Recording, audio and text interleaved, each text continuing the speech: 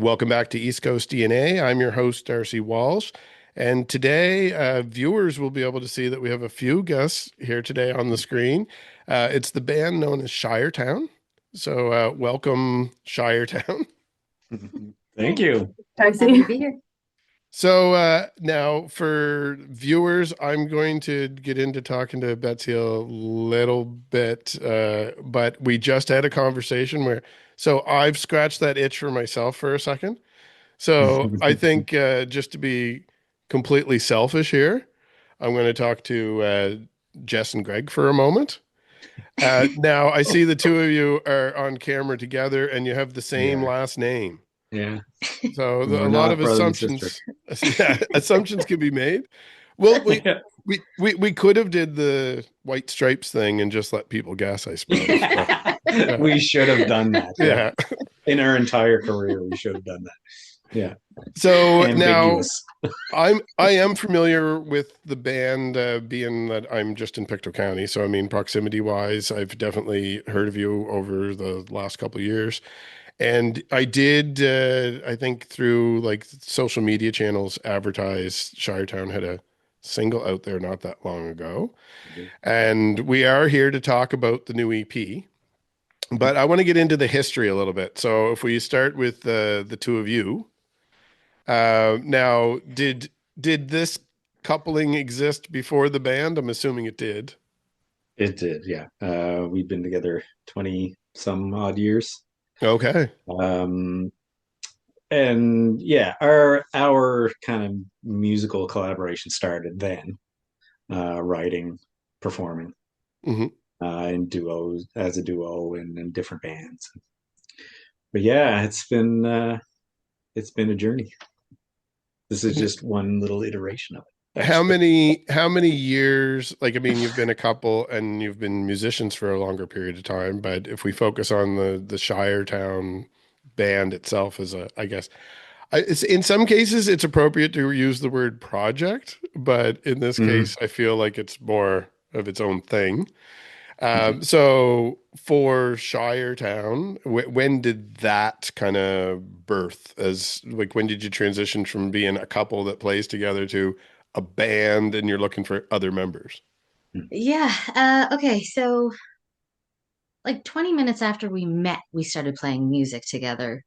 And 20 minutes after we met, we felt madly in love as well. So, but then it's like, I don't know, a couple years after that, we met Betsy, and it was through a couple of projects, through the Bauer Theater that were tribute shows to Bob Dylan and the Stones Lennon McCartney. yeah, and we were asked to do the Rumors album in its totality. So there was the Melton Brothers from Antigonish. We teamed up with them, and from that project, doing the Rumors album and Harvest, Yeah, we did we ours did together. Harvest as well.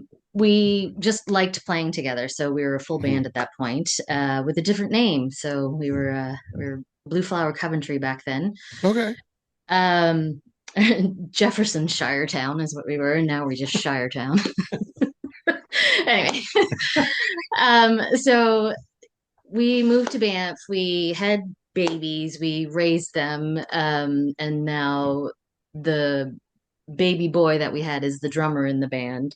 Okay. Um, and yeah, it was after COVID that we put it back together because COVID inspired all of that in everyone to keep those dinner plans and play music every chance you get and be with people that you love. And so we reached out and started jamming, and it just lit on fire from there. And We did play a few duo shows under the name Shiretown, yeah, like two or three. before we kind of reconnected with Yeah, with Betsy. But it wasn't until you know that connection that Shiretown really became a thing, I think. yeah, yeah, very, very quickly. It isn't Shiretown without No, it certainly Betsy. isn't. No. That was it. And now the name you had kind of alluded to, like you went through some iterations, but what is the origins of the name? Yeah, so Shiretown is Guysborough is a Shire town. And we've always referred to it as such. And little did I know that all of the major gatherings in Nova Scotia were shire towns at some point. So Pictou and Antigonish and Port Hood, I think. Port Hood. There was, yeah, basically like the gathering spot of government in each area, in In each each county. county, I think, yeah, right? Yeah, it was referred to as Shiretown before it was established as counties. And so yeah, we didn't mean to be that pandering to all of the Nova Scotia audience, but Shiretown is the gathering place of all Nova Scotians in different facets. So No, it's a good fit, and it's funny that you say that. I do slight little trips off topic when I am inspired by things from my own life. I used to sell music merchandise years ago, like some other oh, pop culture related stuff. But yeah, when I did that, in coming up with a name, I had to come up with something much like coming up with a band name. And I was trying to come up with something original and not just use just my personal name. yeah, And similar, like how you came up with something that fit, but you didn't really realize, like, you use the word pandering, but you don't realize how much it fits until later, Right. yeah, really. Yeah. exactly. So I had Yeah. called it at the time North Realm, just because I was trying to get Oh, something with cool. North. But Right. because I used the word realm, I Mm-hmm. imagine much like you using the word shire, you get Yes. you get some assumptions that it's something a little bit more like Tolkien, like, Hobbity. yeah, or yeah, yeah, it's all over the place, like Yeah. different. You're like, okay, but that's Yeah. it also fits in some other instances. But Yes. now I typically would get into asking about as far as the sound and genre and Mm. your own like personal like role models coming up through music and what type Mm. of stuff you reference. But you already kind of covered that with the fact that you were doing tribute shows and then Oh, Sure. sure. Yeah. Yeah. yeah, now you're creating your own original material, but it definitely harkens back to that era of some of the It Yeah. material that you would have absolutely been does. covering. Yeah. Yeah. So now I'm curious with yourselves because you've been playing together and you're also a couple. And I can see in your background, unless that's completely like fake kind of AI Yeah. background, It's you've got AI. But you, yeah, you've They're that's you've they're all got very real records. Yes. interactive AI. That's amazing. you So want to go through yeah, every I one of can them? review a few. Yeah. well, I'm assuming that that is right in your wheelhouse. Yeah. Now, Betsy, for yourself, how do you fit into the fold then? So I'm everyone's favorite third wheel. The Oh, thruple. yeah. Although I'd be remiss not to say that we're actually like a quadruple. Because Yes. the fourth Beatle, Terry, isn't here, but Terry's the one who makes everything tick. And I know you've been talking to Terry a lot, Darcy, and Mhm. we affectionately call him T-Bone.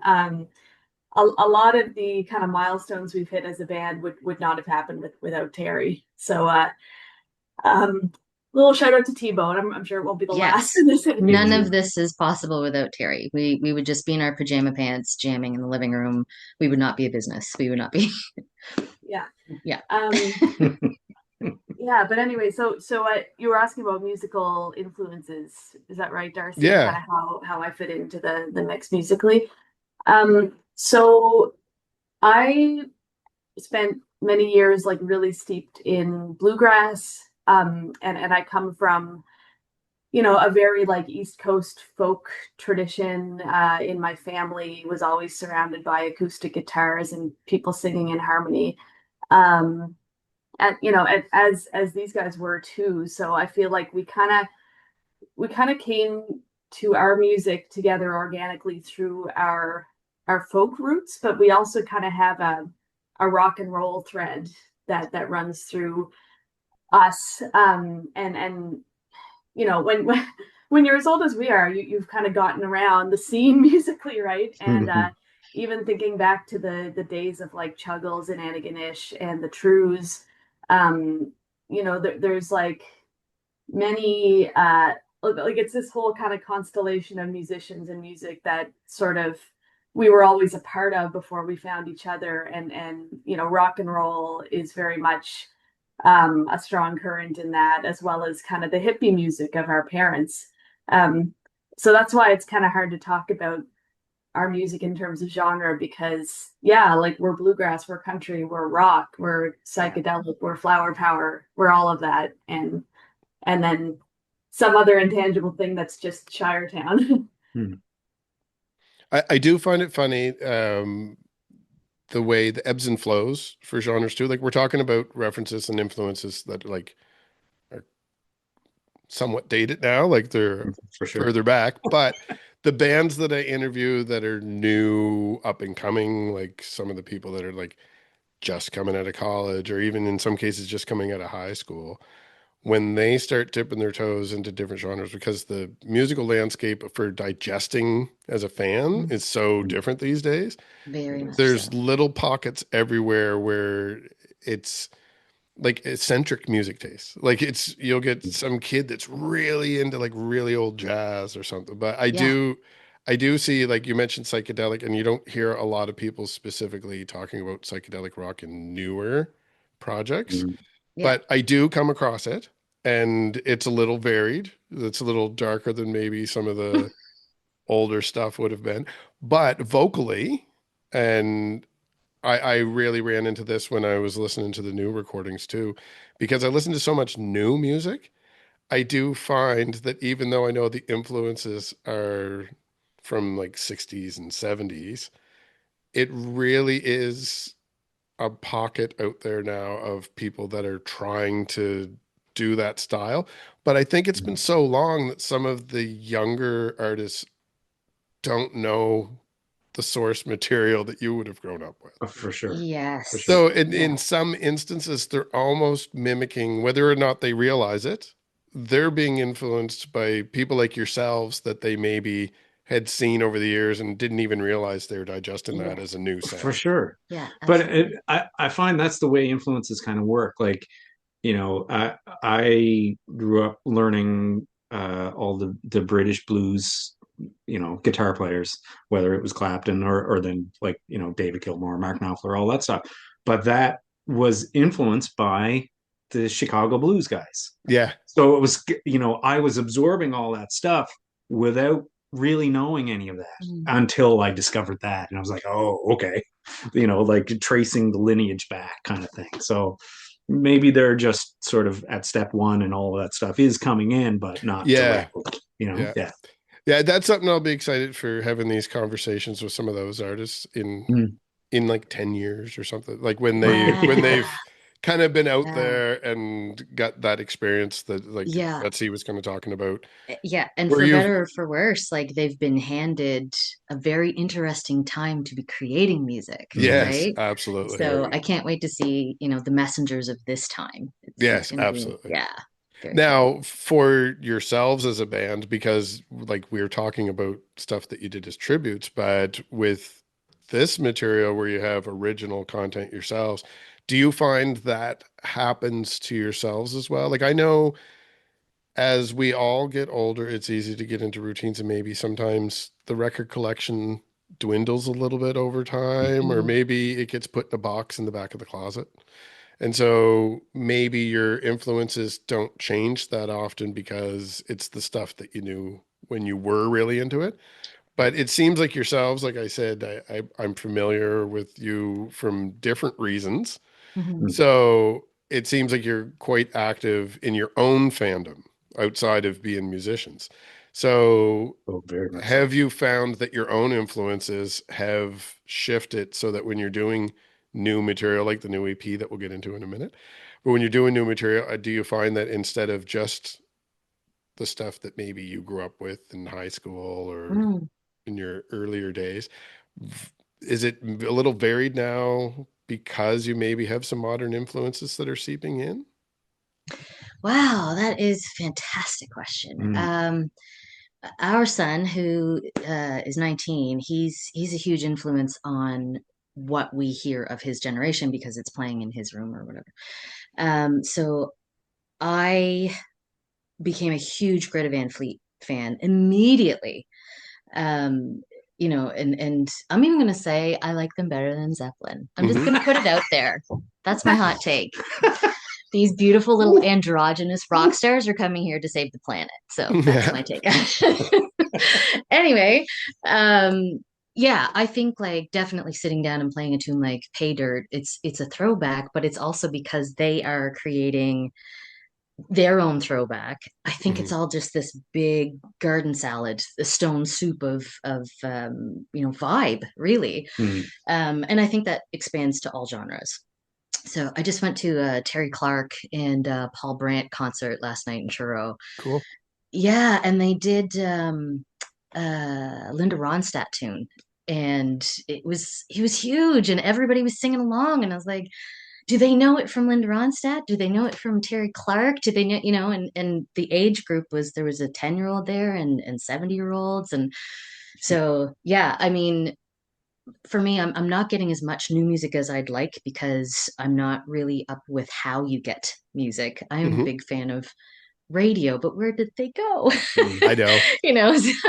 All of that stuff. It's difficult. I miss my MTV, Mm. all of that where I got music. But Lucas sorts through our son.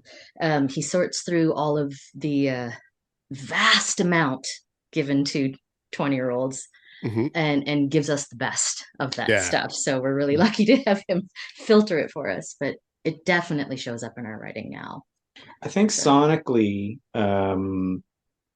w- the EP, especially like Jon Landry produced it, and I think it has more of a modern production sound, Yeah. if that makes sense. Yep.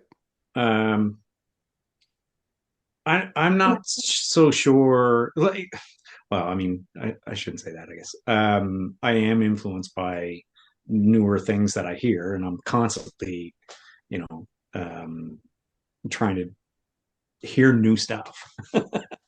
But I spent so many years almost, neurotically ingesting as mhm. much music. Like when I heard a single, I immediately had to hear every album, everything that artist put out, and analyze all their stages of, like a band like Genesis and Phil Collins and Peter Gabriel, and like, the whole thing is in there. So now I find I'm going back to stuff that I maybe haven't listened to in 20, 30 years.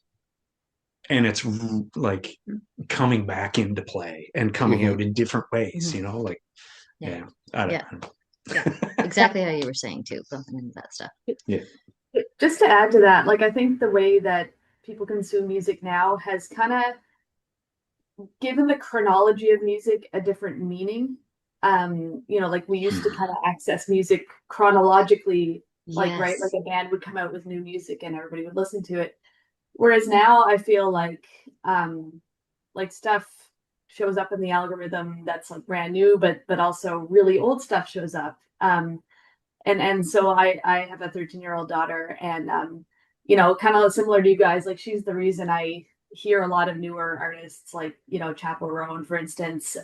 But also, like my daughter has been introducing me or kind of reintroducing me to really old music. Like we've been listening to a lot of ABBA in the car, and like one day she put on the Mamas and the Papas, like Dream a Little Dream of Me, and I'm like, oh my God, yeah, this music is still so relevant and so original, Beach Boys. So it's like um I think it's, I don't know, like when we grew up, like old people's music wasn't cool, it seemed, but now it's kind of like maybe just the next generation is less biased or more open, but I think it's just really cool how people are relating to music across generations and across time.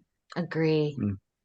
Yeah, Yes. it definitely is cool to see exactly what you're saying. Like the bands that pop up, and everybody has a band that they were really into that maybe they haven't thought about in a while, and then to have the next generation say like, "Hey, look, I independently came up with this cool band I like," and you're like, "Wait, Mm. no, that's the cool band I like."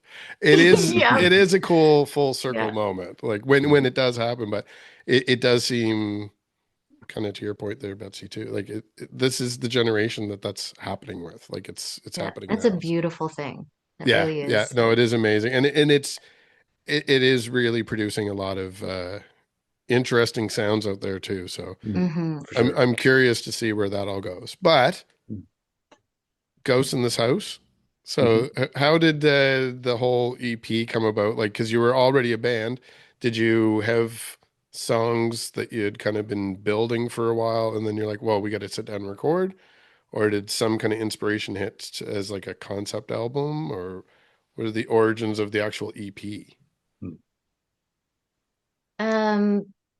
My cousin got married, which is also Jon Landry's cousin, Mm-hmm. and we were at it was well over, but we were at a bonfire on a beach, and we just started mouthing off about how we should record. Um, we were even thinking about the band name at this point too, so it was very early on. But Betsy and I, we'd all written 3 or 4 new tunes to go like in the decade too, like a few that we wrote in the time that we weren't together, that we brought together and made um, our trio thing with. And then yeah, Jon was just like, yeah, we got to record it. And when you make promises at 4 a.m. around a bonfire, you keep those promises. Mm-hmm. So a couple months later, he came over and we just, for 6 days, just locked it in and recorded what felt right. And we kind of picked a few songs ahead of time and he had some ideas for them. But yeah, we have like, I don't know, like 20 or so ready to go. Like we're recording again now too. And we have 12 recorded and we have to kind of cull through them. Um, but even individually, we have more than that. So I think what happens is we play them live or at rehearsal or whatever. And if they feel good, they become a Shiretown song and we kind of just nestle them that way. But Zephyr Winds on the album, we wrote a co-wrote, like we actually wrote all of that together as a team. And that was like the most inspiring to be able to, share that co-writing thing, which can be a very nerve-wracking process. So that we laugh and call it our theme song, Zephyr Winds. It's our origin story. It's our origin story. So that was the inspiration for it being an EP because it really was a feeling that kind of came together in those 6 days of lots of after hours and putting it together. Yeah, Beth, sorry, I'm talking a lot. No, yeah, I mean, yeah, it was. But when, coming back from sort of a necessary hiatus due to work and life and family and everything, I mean, we just had so much kind of pent up creativity to share together that the album sort of created itself, and now we're, it's like we've got all these children, all these song babies now. And we got to somehow raise them and nurture them.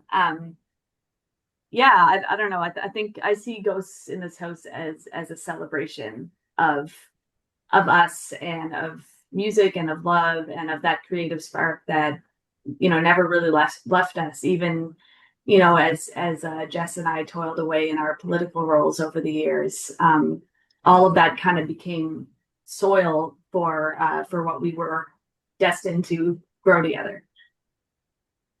See, that's why she's a songwriter.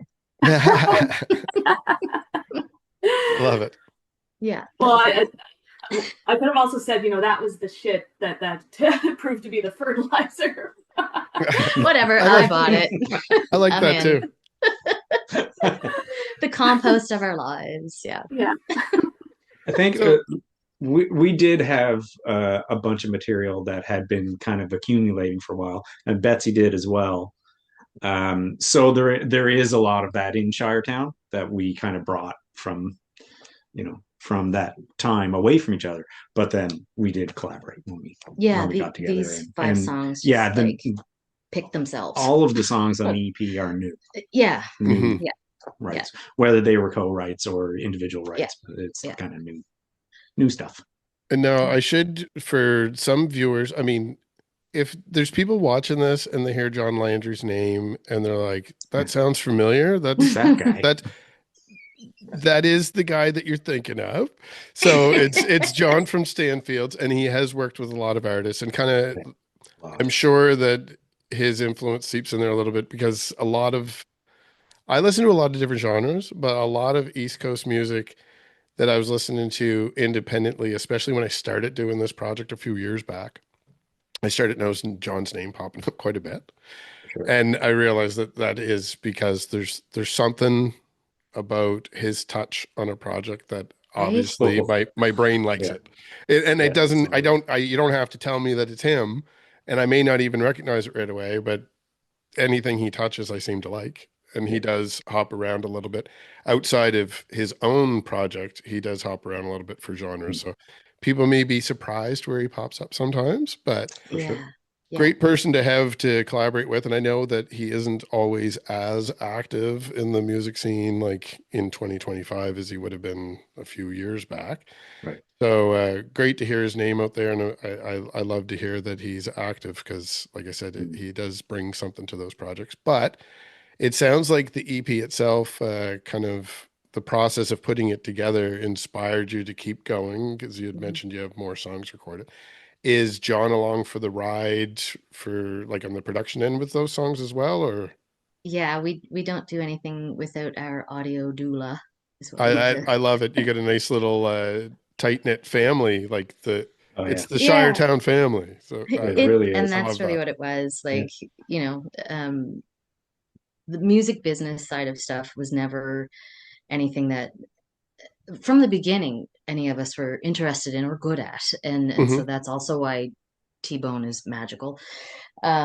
But John as well was instrumental in helping us, you know, kind of put it together and make it a thing and put it out there. And um, so having his inspiration on that side of it as well, uh, um, it feels more like even though we're family, he added that business side of it and legitimized it in the younger niece's heart that I can hang out with the cool kids too in the family because my brother's also in the Stanfields as well. So they're my older bros, right? Like Yeah. so it was always they've now christened me okay to do rock and roll too. So that was a nice little like nod from him. But yeah, so yes, we definitely need him along in the project for sure because he pulls out things that oh, you know this like he pulls out that magic in you that you didn't know was there.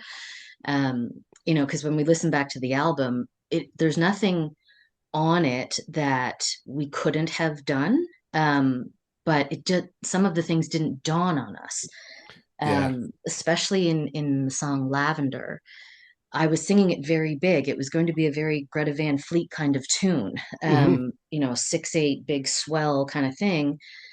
And I was singing it, and John was like, less. I was like, okay. So I sang it a little less. And he's like, no, no, no, less. I was like, oh, okay. So I'm basically whisper singing this, right? And then Betsy came in and was the ghost in this house and put the haunting octave on there. And it just kind of built from there and turned into this crazy art piece, you know? And Mhm. that certainly wasn't where I thought it was going to go, but it was always where I had written it. It was Yeah. exactly how it was in my head. Didn't know that though. And then Greg comes in with he's like, I know what I can add. And he runs to the kitchen and he gets some tin foil and he comes back and he puts tin foil in the strings of his guitar. And that whole solo is that sound. And it's It's just like, actually like four solos overlapped, but I had this idea of like really metallic kind of raindrops, I Yeah. guess. yeah, Like random, very random. So I did four takes and we just kind of put them all together and it sounds kind of like Amazing. space raindrops. I don't know. so would we sit around our house doing that without Jon Yeah, Landry? no, Like, that was definitely Yeah. and right. and that's really the magic that John has. He'll just make a slight suggestion Yeah. that inspires this flood of Yeah. ideas. You know, I can't even really describe how he does that, Hmm. but he just pulls stuff at you and Yeah. not in a like, oh, you should play this here. You know, not that at all. Right. He pulls you out of you. Yeah, yeah, exactly. Hmm. Yeah. Yeah, yeah. Yeah. It's Like really inspirational. I don't know if we would have put bird sounds in one of our songs had it not been for Jon Landry. Yeah. Yeah. Yeah. That's exactly right. Yeah.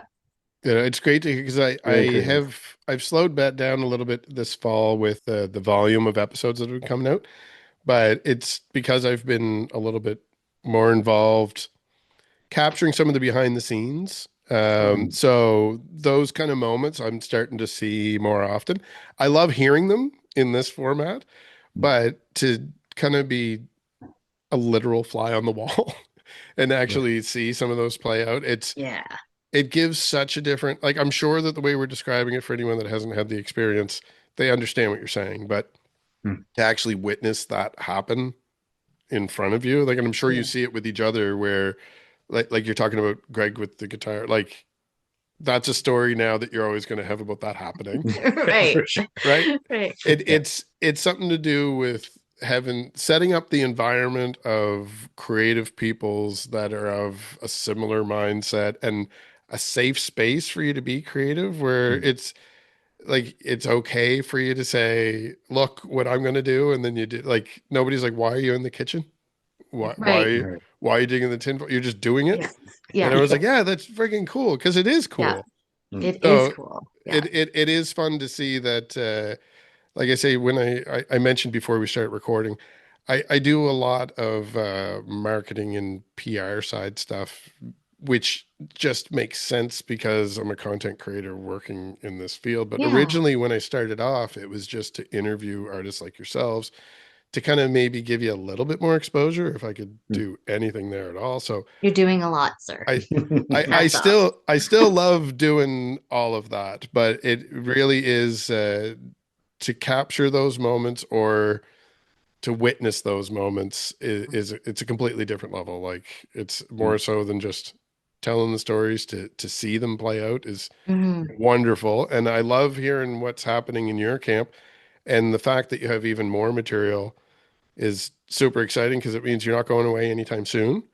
So maybe down the road we'll have to. I know we had tried here because, as Betsy had mentioned, I talked to Terry a few times. We were trying to get this to be an in person, and just Mhm. as I mentioned, I haven't settled down very much this year. I've been all over the place, so it's a little harder to get me to sit down in a room and record. But we'll put some effort in for the next time around. I'll circle back and we'll get either I'll travel up to you guys or I'll get you down here in Pictou County someday. I'm sure our scene is still very vibrant, so I'm sure there's plenty of opportunities for you to perform here in the future too. So Yeah, we'll absolutely. We'd we'll love to find come an to you. Yeah. opportunity. Yeah, Definitely. absolutely. For those that are new to you because they're watching this or listening to this today, where should I be sending people? I know you have your own website, but we got the website, and then for social media, is there a specific area you're more active or anywhere you'd like to send people? Whew. Yeah, I guess I'll let Betsy take this, but really it's live shows. Yeah, Really, like um definitely, the Spotify, the Instagram stuff. However, our favorite thing in the whole world is the house concert level of getting to know people, breaking bread, all of that piece of it. So, but we are recording right now, so we're not playing a whole lot. yeah, So until then, yeah, I guess website bets, like, is that Yeah, just I mean, yeah, the website is kind of the hub. And from there you'll find everything. It's like we made a decision. We were gonna maybe just do a link tree, but then we were like, no, well, let's make a website because it's fun and we can make it our own. And so that's kind of our little one of our little like love children, right? Just which actually, gosh, I have to go and update that. But um, but wherever you listen to music, wherever you like to hang out on social media, you're likely to find us. Although we are not that prolific on TikTok, we are there. We're not very prolific, but but nobody wants that, yeah, no, like Jess said once, nobody ever asked for that. But yeah, if you look, you'll find us. You'll find us somewhere in the digital sphere. But yeah, like Jess said, kind of in person is really our perfect. natural habitat. Well, I'll put links down below, and when you do have some new dates, especially when you're getting out from under the recording window and you're really getting to push stuff, reach out again. and we'll make sure that we get a few bums and seats out there. Fantastic. So, All right, thank you for your time today, and like I said, let's do this again in the near future. Thanks so Absolutely. much. Thanks. thank you so much, Darcy. See you, everyone. Yeah.